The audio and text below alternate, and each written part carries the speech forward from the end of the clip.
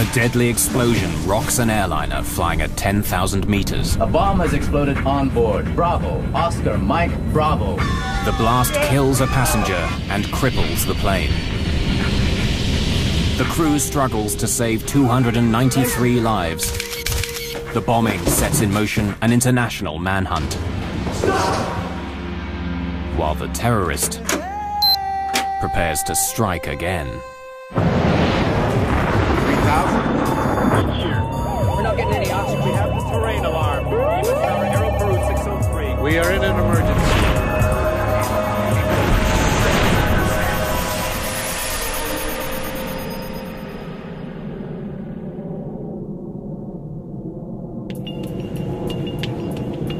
On December the 11th, 1994, Philippine Airlines Flight 434 is 2 hours into the second leg of a routine flight from Manila to Tokyo. An unsuspecting passenger is sitting on a ticking bomb. The explosion on board cripples the flight control system. Unless the pilot can regain control, the jumbo jet may crash into the Pacific Ocean.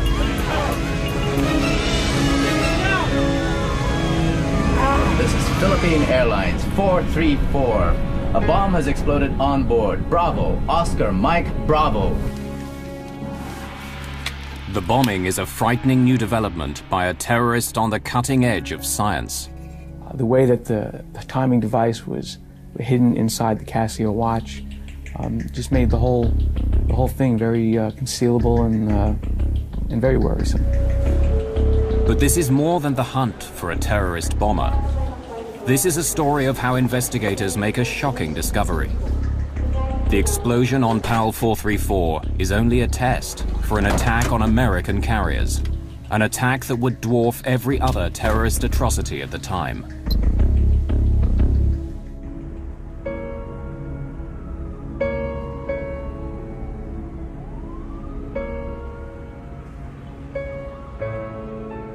It's before sunrise on December the 11th, 1994. While most inhabitants of this city of 1.5 million have a few more hours to sleep, 26-year-old Amaldo Forlani makes an early start.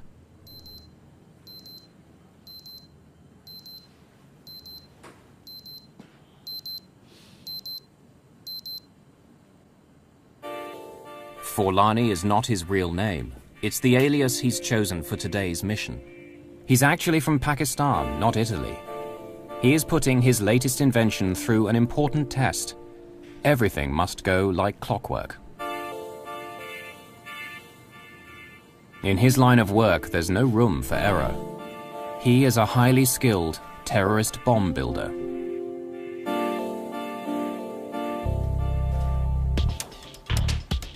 He packs the liquid explosive bomb very carefully.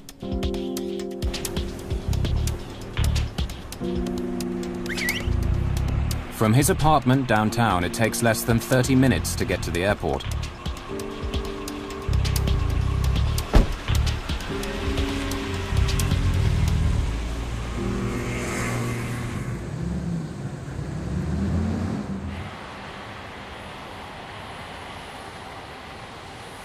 He arrives in plenty of time for his 5 a.m. flight with Philippine Airlines. Before he can board, the bomber must outwit airport security screening procedures. He's designed the components of his bomb to pass undetected by X-ray and metal detection equipment. Or so he hopes.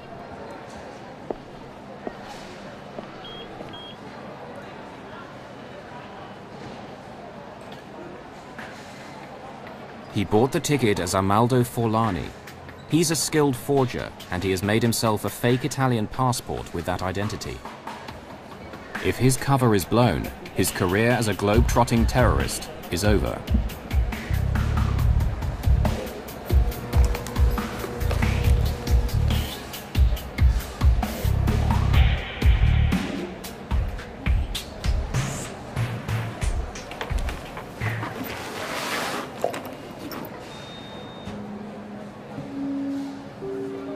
Having successfully got the bomb through airport security, he boards his Philippine Airlines flight.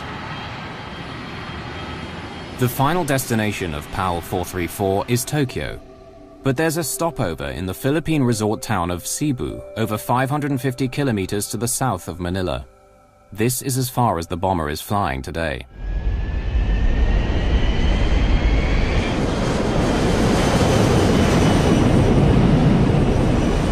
That's 10,000 feet, and weather's still looking clear. Thanks, Dex. I'm engaging autopilot.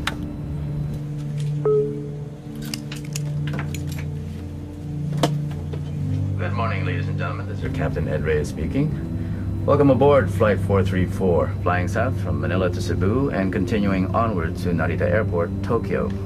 Flight 434 is under the command of Captain Ed Reyes, a former Air Force pilot who's been flying for Philippine Airlines for 9 years. And our estimated arrival time is now 5:45. The weather in Cebu is... The first leg of the flight is fairly empty. Passengers are scattered around the jumbo jet's 400 seats. After takeoff, the bomber is able to move. He chooses seat 26K, located directly over the center fuel tank in some 747s. The cabin is tended by stewardess Maria de la Cruz. She flies domestic routes and has worked for Philippine Airlines for 1 year. Can I get you some juice or coffee? Juice, please.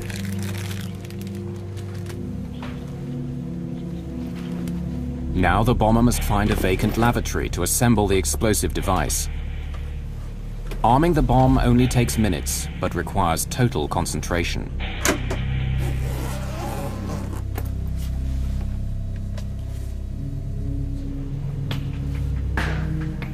The final step is setting the timer so it will explode in 4 hours' time, long after he leaves the plane.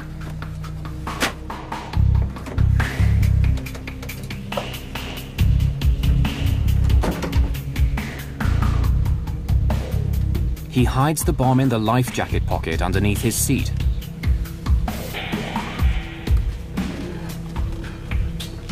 He then changes seats.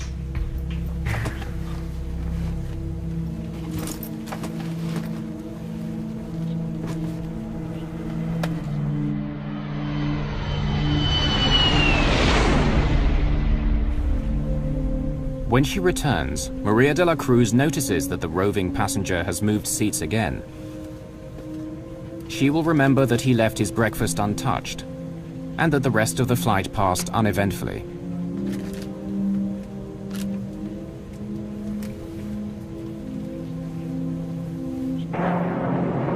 As Philippine Airlines Flight 434 begins its final approach into Cebu, more passengers are getting ready to board the aircraft that will take them onwards to Tokyo.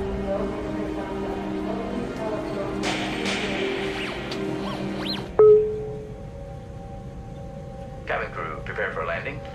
Cabin doors to automatic.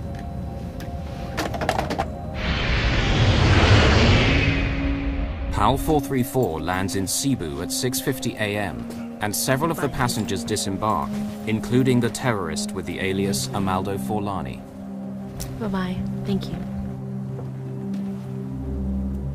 Maria de la Cruz will also leave Flight 434. A new cabin crew will take over for the 4.5-hour flight to Tokyo.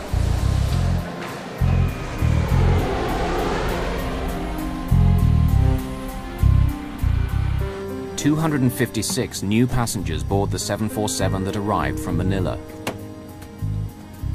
Many of the passengers in this cabin are Japanese. Among them is 24-year-old engineer Haruki Ikegami.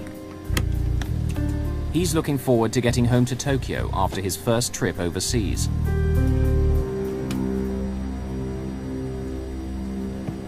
Airport congestion delays the departure by 38 minutes, but the timer on the bomb under seat 26K continues to tick.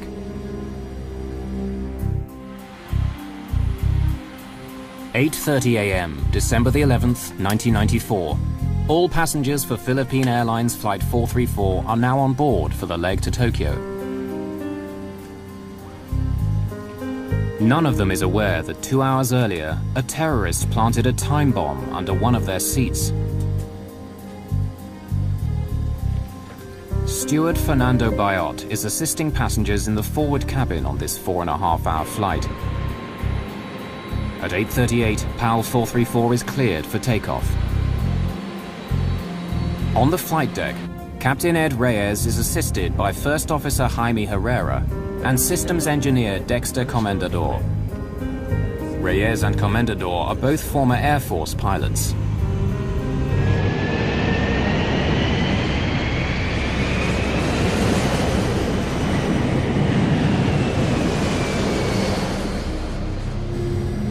Haruki Ikegami is seated in 26K, the seat occupied by the bomber earlier on the first leg of Flight 434 from Manila to Cebu. Several passengers in this cabin are co-workers, traveling with a Japanese tour group, including Keisuke Aoki and Masaharu Mochizuki. After takeoff, everything seemed normal. We were flying at 10,000 meters. I was reading a magazine, then the meal was served. After eating, I went to sleep. 31-year-old Yukihiko Usui stayed up all night on the last day of his trip, and he's ready to nap after breakfast. He's sitting in row 27, one row behind the seat vacated by the bomber 4 hours earlier. Ladies and gentlemen, this is your captain speaking. It's a beautiful day in Tokyo, sunny and 26 degrees. I expect we'll be landing at Narita Airport in 2 hours' time. 2 hours into the flight, PAL 434 is cruising on autopilot 10,000 meters above Minami Daito Island, southern Japan. To ease the pilot's workload, the autopilot remains on throughout the flight, keeping the aircraft on a constant heading and altitude.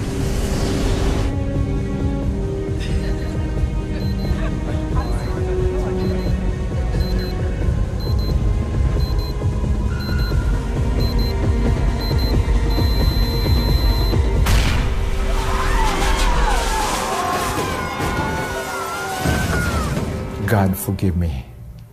That was my inner thought, you know. God forgive me. I think I'm going to die now. Then after that, I have to do what I had to do. Oh, I've lost control. I have control. Dex, check the pressurization loss. Be prepared. Checking QRH for... Although the autopilot instantly corrects the aircraft's bank to the right, the effect of the blast is far from over. There was a loud bang which woke me up. I could feel the plane expanding from the pressure.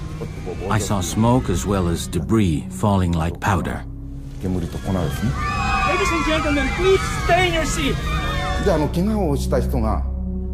The injured people were trying to get away from the area where the bomb was. Sit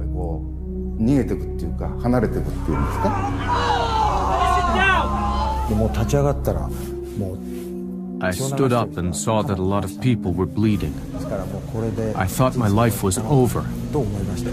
Stay in your seat, please. The cabin crew's first priority is to stop passengers leaving their seats. Yukihiko Usui is sitting in the row directly behind the explosion. Both his legs are badly wounded. Steward Fernando Bayot moves him away from the blast site.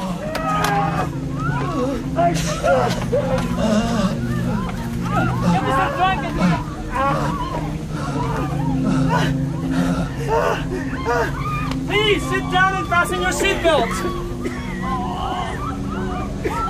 Bayot now turns his attention to Haruki Ikegami. He has been swallowed by the smoking hole where seat 26K used to be.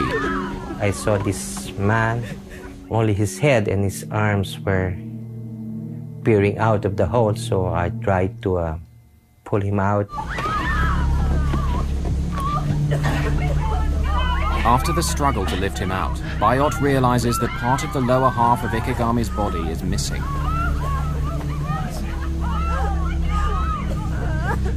Within a couple of minutes, he dies. The cabin crew do not want Ikegami's death to panic passengers, so they pretend to minister to him. Bayot then reports to the captain. Oh, Captain. Okay. Keep the passengers calm. Make sure they stay in their seats. There's been an explosion in row 26. One dead and several injured, and the cabin's full of smoke.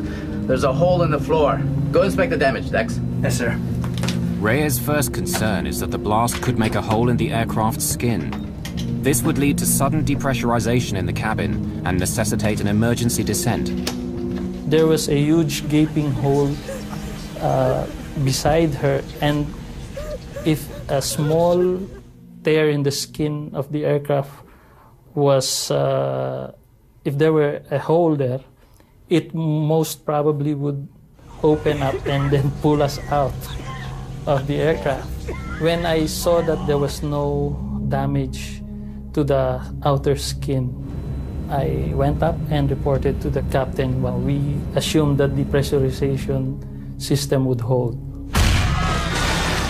Immediately after the explosion, the co-pilot's steering wheel slams to the right, and the aircraft banks in the same direction. The autopilot immediately corrects the deviation, but soon Reyes discovers that the autopilot steering system is another victim of the blast. Then I said, okay, I'm going to try to turn the airplane using the autopilot, but there was no reaction, whether I tried it to make it go down or up, or left and right turns, no reaction. I said, now we have a problem. This is not Reyes' only problem. In the cabin, one of the injured passengers needs urgent medical attention. Tokyo is still 2.5 hours away, and Reyes decides to try and land at Naha Airport on the island of Okinawa, located 74 kilometers to the west. He orders the co-pilot to make a Mayday call. Yes, sir. Naha, PAL 434, heavy declaring emergency. Explosion on board. We have casualties. Requesting emergency landing at Naha. We will need full emergency services on landing. PAL 434, Naha, please repeat. Say again. Naha, PAL 434, heavy declaring emergency. Explosion on board. We have casualties. Request emergency landing at Naha. We will need full emergency Getting the Japanese air traffic controller to understand the emergency proves to be difficult. Naha, Naha, Naha. This is Philippine Airlines 434, flight level 330. A bomb has exploded on board. Bravo, Oscar, Mike, Bravo. Bomb explosion. Request emergency landing at Naha. And there was silence. Then the controller came in, another controller, an American. Okay, Philippine 434, I'm taking over. The American air traffic controller is from an American base on Okinawa. Turn left, heading. No, I shot back. We cannot turn at this moment yet. We will tell you when we are starting to turn towards Naha. We have problems with our flight controls. Ladies and gentlemen, this is your captain speaking. We will be making an early landing at Naha Airport in Okinawa. We'll be landing as soon as possible, so please remain in your seat with your seatbelt fastened. But landing at Naha is easier said than done. The autopilot is not responding to any of Reyes' commands, and PAL 434 is heading straight past Okinawa. Reyes must find a way to steer if he is to have any chance of landing safely. But disengaging the autopilot might result in losing what minimal control he still has over the aircraft. Okay. Let's keep the seatbelt sign on.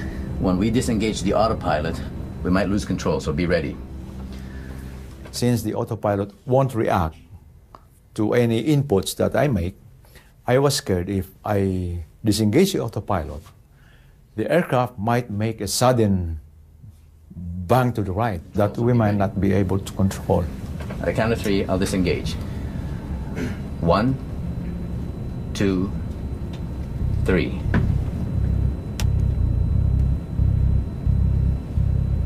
One, two, three. Nothing happened. And then there was, we were relieved. I can't turn using the controls. Looks like the explosion jammed the aileron. Dex, what's the QRH say about jammed ailerons? The QRH, or Quick Reference Handbook, is the pilot's Bible that lists procedures that must be followed in emergency situations. Jammed flight controls. Use maximum force possible, including both pilots if required. Okay. Let's force it. Reyes tries brute force to activate the ailerons, the panels on each wing which turn the aircraft. Since the explosion, he can only fly straight. Not getting anything from the ailerons.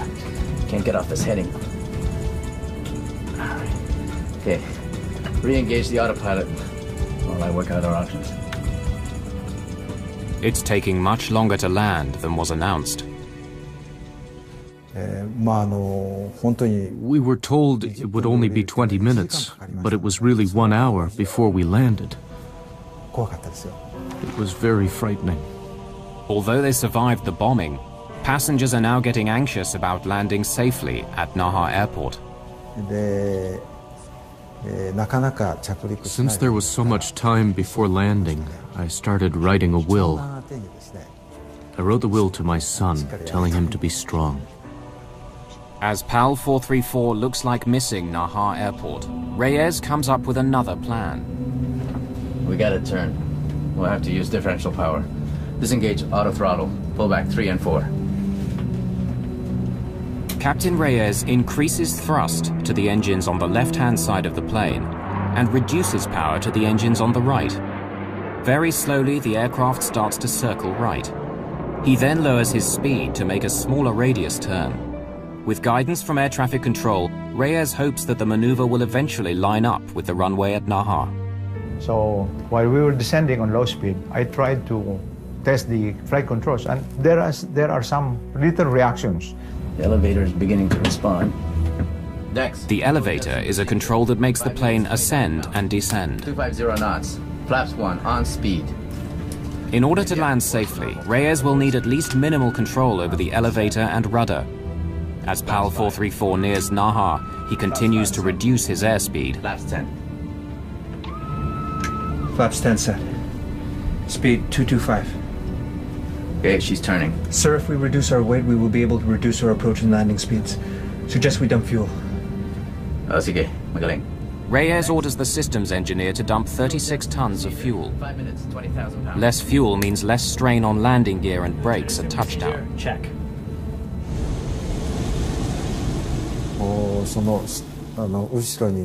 I was terrified when I saw the smoke trail behind each wing. I thought something must be burning and there would be another explosion. As the time to touchdown gets closer, Reyes worries that the bomb may have done more as yet unknown damage to the aircraft. I'm not certain our landing gear will hold up. Strap yourself in. I'll release the purser. So he talked to the head of the cabin crew and he said, we're not sure if the gears will go down. And in case the gears collapse while landing, be ready to evacuate. It's either you make it or you die. That's because you cannot do anything anymore. Runway in sight. With only minimal control over the aircraft, Reyes faces the most challenging landing of his career.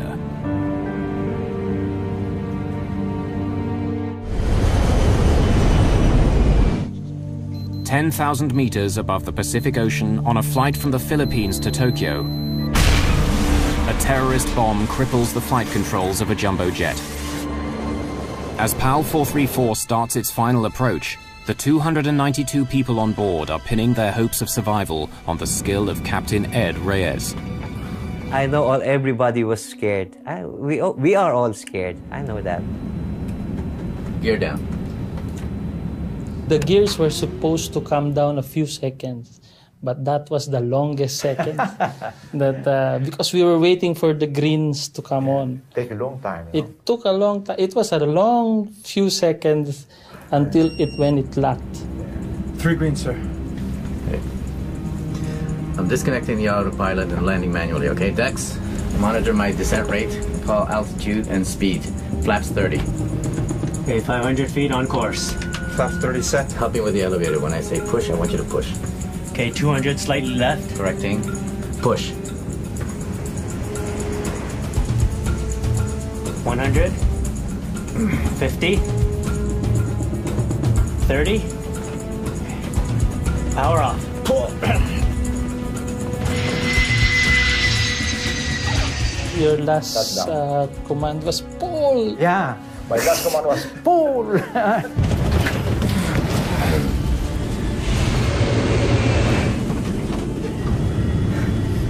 I made sure that the throttles were closed because he might give a go around and I would make sure that we would stay on the ground.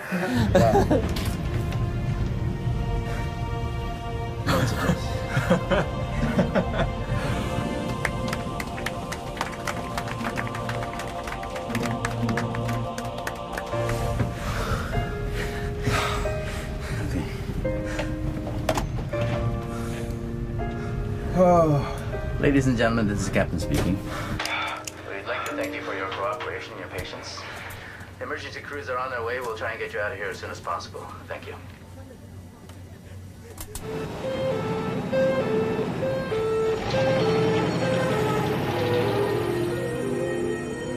The Philippine Airlines 747 is now a crime scene under Japanese jurisdiction. As investigators from the Okinawa Police Department set out to solve the mystery of what happened, they turn their attention first to the dead man in seat 26K. The forensic pathologist recovered 94 fragments embedded in Ikegami's buttocks by the explosion.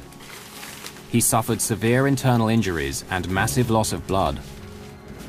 But tragic as it was, the effects of the explosion could have been much worse.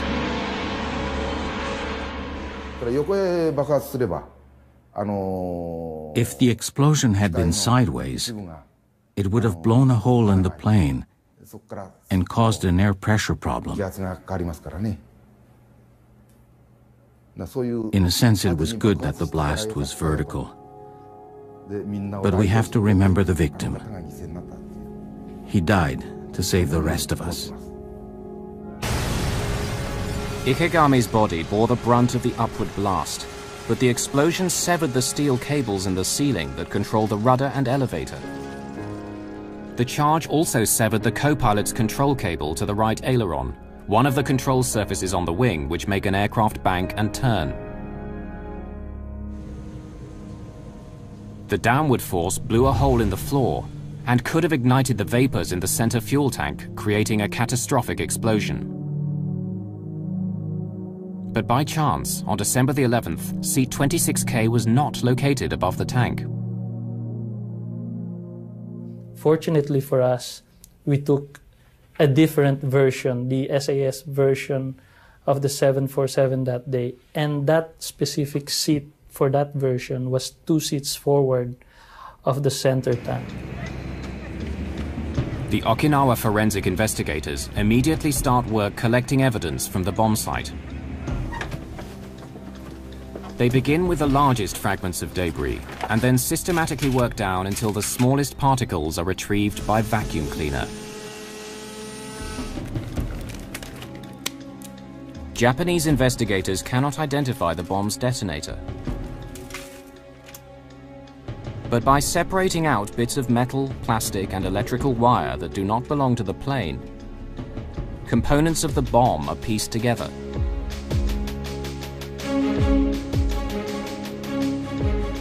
One forensic investigator is able to identify the bomb's timer. By reconstituting dozens of burnt fragments, he discovers it's a modified digital wristwatch. Investigators also discover that one of the bomb's 9-volt batteries is only sold in the Philippines. It's another clue that suggests that the bomber could be based there. Philippine National Police Deputy Chief Sonny Raisin is on the case. In the later part of 1994, we already started to receive information, intelligence reports that there were Middle Eastern personalities that were here already in the Philippines. On the night of January the 6th, 1995, almost 4 weeks after the bombing of PAL 434, the Philippine police get a lucky break. In his Manila apartment, the PAL 434 bomber has enlisted the help of an accomplice to mass-produce his new undetectable bomb.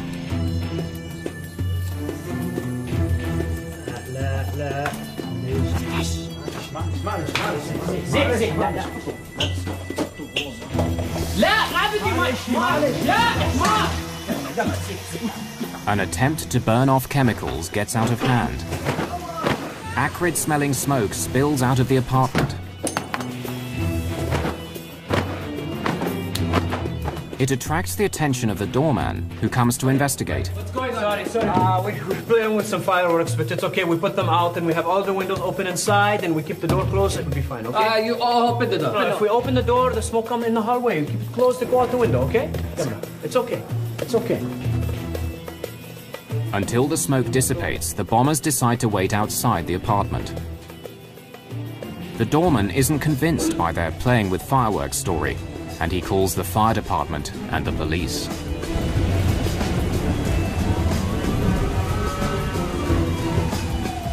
By the time the firemen come, the smoke is gone, and they leave after a quick check. The bomber now realizes he's left a very sensitive item in the apartment, and he persuades his friend to retrieve his laptop. He was too clever a guy to come back and expose himself, because all along he knew that that would be too risky for him to go back and be caught. The bomber's fear of getting caught is justified. Once Police Inspector Ada Farescal learns that they're from Pakistan, she insists on seeing their room for herself. The police in Manila are on high alert due to a planned visit by the Pope in a few days.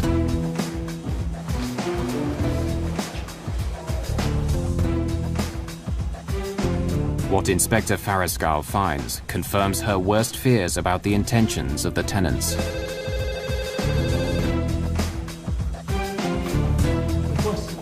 You know. You! Stop!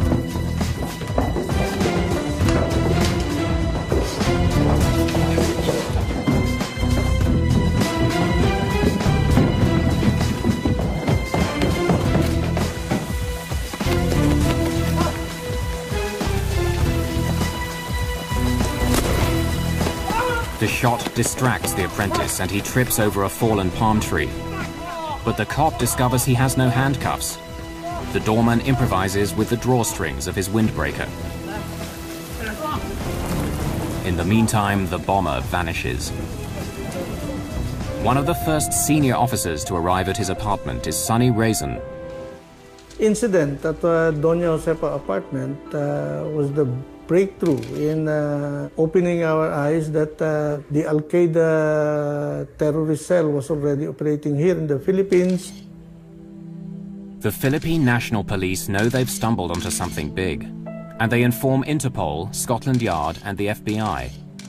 When news of the raid reaches the Joint Terrorism Task Force in New York, it immediately grabs the attention of FBI Special Agent Frank Pellegrino. For 2 years, he has been hunting a terrorist called Ramzi Youssef, and it looks as if this might be his man. Well, he was always our focus since '93. I mean, at the time, that was he was the biggest fugitive around. As Philippine police comb through the apartment, they begin to find more evidence tying Youssef to the bombing of PAL 434.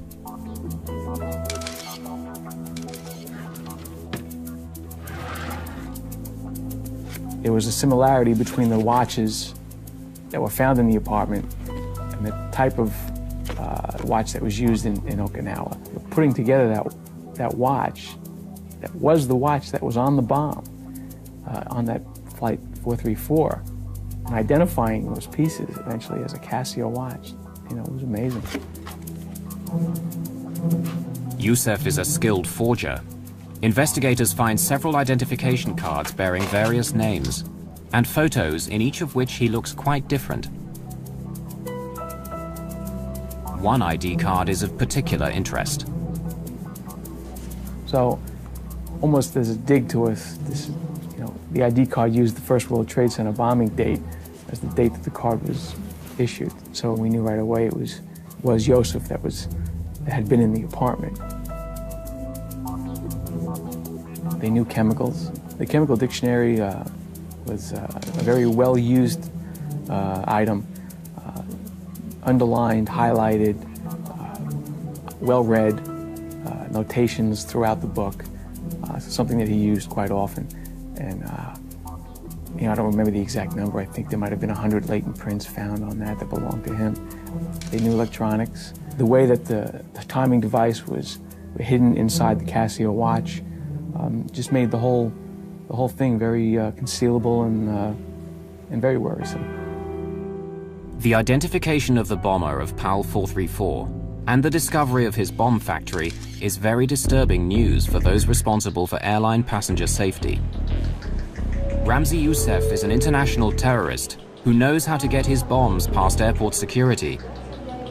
Bombs that are small, but if strategically located, can blow up a jumbo jet and kill not just one, but hundreds of people.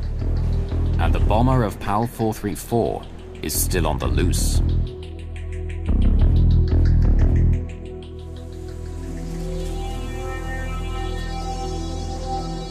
The Philippine National Police have stumbled on the hideout of an international terrorist.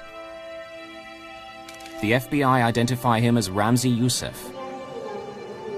Evidence that Amaldo Forlani, the man who planted the bomb on PAL 434, is the same person as Ramzi Youssef, comes from the travel agent who sold him the Philippine Airlines ticket. Ramzi Youssef is just one of several aliases of a man who tops the FBI's most wanted list. An international terrorist with a $2 million bounty on his head. Youssef, whose real name is probably Abdul Karim Basit, was born and raised in Kuwait, where his father worked as an engineer. It was there that he met the friend that he enlisted to help him in the Manila bomb factory. When he was 18, Youssef's family returned to their Pakistan homeland. Youssef married and had 2 children. Soon after returning home, his parents sent him to study in Britain. He was taking classes both in engineering and in using the computer, so he definitely had some talent.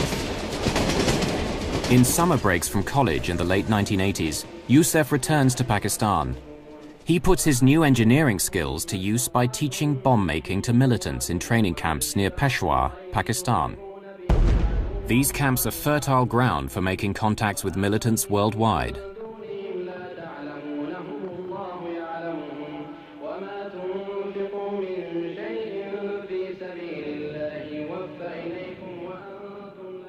In September 1992, Youssef flies from Pakistan to New York to prepare for a major terrorist attack. On arrival at JFK, he presents a fake Iraqi passport and asks for political asylum from Saddam Hussein. The ploy works and he's allowed to enter the country. 6 months later, on February the 26th, 1993, one of the largest homemade bombs in American history explodes in the garage below the World Trade Center, killing 6 people, injuring hundreds, and causing $500 million worth of damage. That night, Youssef is on a plane back to his home in Pakistan. He was an action figure. He wanted to keep doing things. He wasn't happy with the one success he had. 18 months after the World Trade Center attack, Youssef flies to Manila to fine-tune the bomb that he plants on PAL 434. According to Sunny Raisin, the Philippine capital suits him. Ramzi Youssef loved to enjoy life. He is a ladies' man. He associated himself with a lot of girlfriends, and he liked to party. He also drank a lot, see, and he enjoyed the life. Terrorists, they are your normal day-to-day people, the guy next door. After the bombing of PAL 434, Youssef arranges for his childhood friend Abdul Hakim Murad to assist him in Manila. But on January the 6th, 1995, 2 weeks after his arrival, Murad is arrested and sent to the Philippine police headquarters for interrogation. It took 67 days to extract the details of how Youssef planted the bomb. My impressions of him was that he was strong-willed, he was determined. Initially, he did not break down in questioning. And it was only when the FBI team that came in and provided us with additional information or pieces of the puzzle that we did not have, that he started to talk.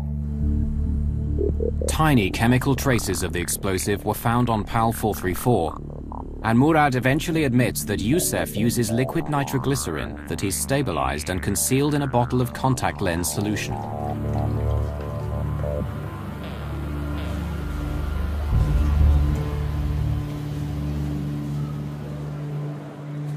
Murad also reveals that Youssef hid the bomb's potentially suspicious components in the heel of his shoes. Most airport security systems only detect metal above the ankles. I bet you he was cool as could be. He was somewhat cavalier in his attitude towards these explosives and chemicals. To carry a container of nitroglycerin on an airplane, you know, gotta be a little nuts. Murad's confession provides details of Yusef's actions after he successfully got the bomb components past airport security. Can I get you some juice or coffee? Juice, please.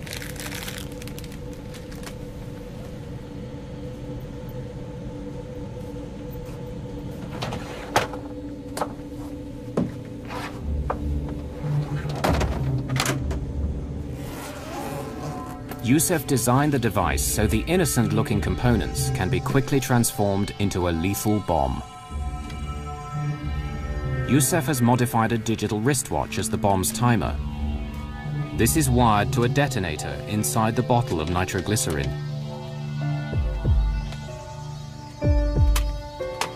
Two 9-volt batteries provide an additional electric charge to the exposed filament of a light bulb that will spark the explosion.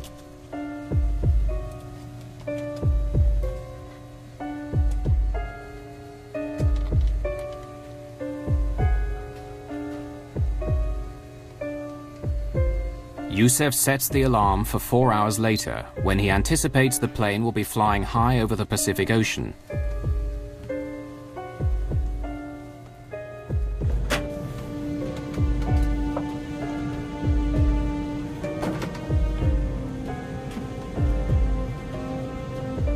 Yusef plants the bomb in a life vest pouch under his seat, a place ground crews are unlikely to inspect during the stopover in Cebu.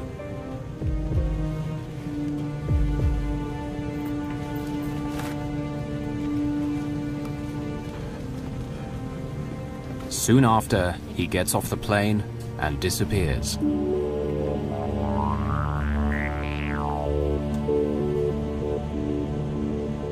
4 hours later, the time bomb under seat 26K awakes the airline industry to a new kind of terrorism.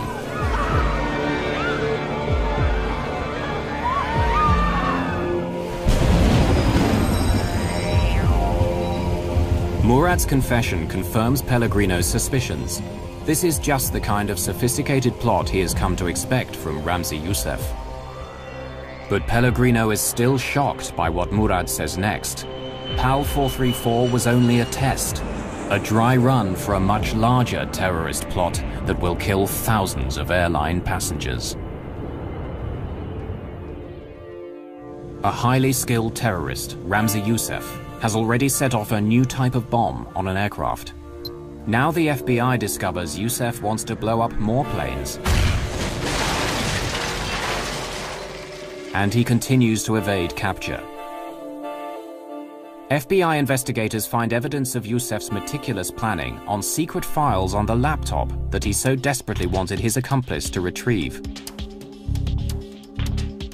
On the laptop computer found in the Josefa apartment building was a file which laid out a plan for 5 individuals, using code names, individuals not mentioned on the plan, to board about 3 planes each, 2 planes, a couple of people had 3 planes, planting bombs on the planes, and then returning back to their home. Hoping when they planted the bombs and with the timing devices, if everything went well, all bombs would go off within about a 6-hour time period. Any more than one would have been an airline disaster. So, you know, if they were 50% successful in their plan, I think it would have scared a lot of people for a long time. The file on Yusef's laptop reveals that the plan, codenamed Bojinka, is foiled with no time to spare. The bombing of 12 American planes is meant to kill 4,000 passengers. Yusef's campaign of terror against the airlines is scheduled to start less than 2 weeks after the bust of his bomb factory in Manila. By the time Pellegrino and the FBI team arrive in the Philippines, Yusef is long gone. So it was a worry and it was a missed opportunity. But we also, on a lot of these fugitive type cases, you know, we're all not that different and everybody goes home. Everybody needs to go home. And so the investigation again would focus back to Pakistan. The FBI immediately begin a publicity campaign in Pakistan, promoting their $2 million reward for assistance in arresting Yusuf. The strategy works. Yusuf's latest recruit for yet another airline bombing blows the whistle. On the day Yusuf is due to leave his hotel in Islamabad, a Pakistani SWAT team moves in.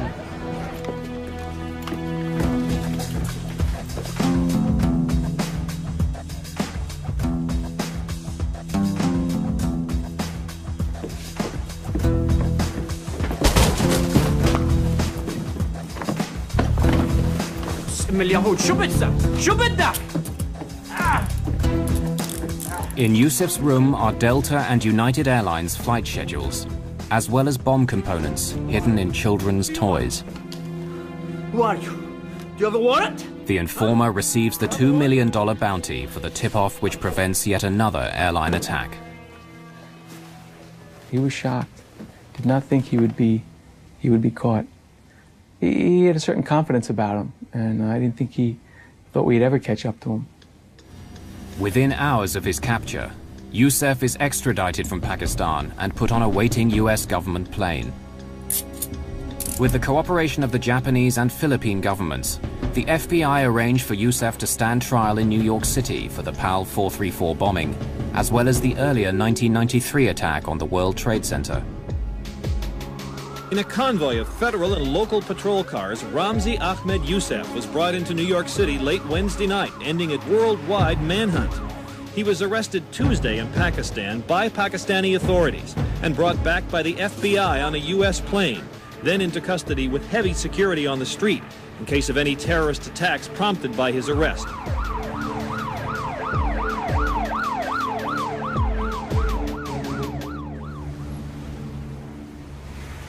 At his trial a year later in New York's Southern District Court, Yusuf decides to handle his own defense against the advice of the judge.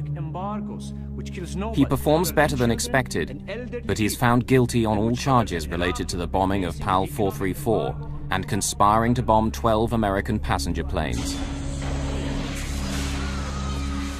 Yusuf is also found guilty in a second trial for the World Trade Center bombing. In his final summing up, Yusuf justifies his actions. Yes, I am a terrorist and proud of it. And I only support terrorism so long as it's against the United States government and against Israel, because you are more than terrorists. Although Pakistani, Yusuf describes himself as Palestinian by choice. And he justifies the PAL 434 and World Trade Center bombings as punishment for a US foreign policy that favors Israel over Palestine. And hypocrites! For both crimes, he's sentenced to 240 years in prison. The judge recommends solitary confinement for life in the most secure prison in the United States, located in Florence, Colorado. It houses the country's most violent and dangerous prisoners, and it's where Yusuf will spend the rest of his life, confined in a cell for up to 23 out of every 24 hours.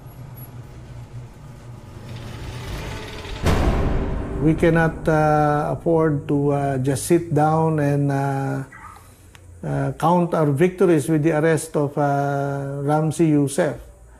Somebody else has already replaced him, and somebody else is already thinking of how to circumvent these security measures that we've put up. In the year following Yusuf's attack on PAL 434, the Federal Aviation Administration certified a machine to detect explosives. Not one American carrier bought it. Only after 9/11 was a law passed that required US airports to deploy explosive detection systems. But the most reliable models are expensive or too slow and still not widely employed. Well, they were still saying that we have to be right 100% of the time. Terrorists only has to be right once. Although there hasn't been a successful airliner bombing since PAL 434, those who forget the past may be destined to revisit it.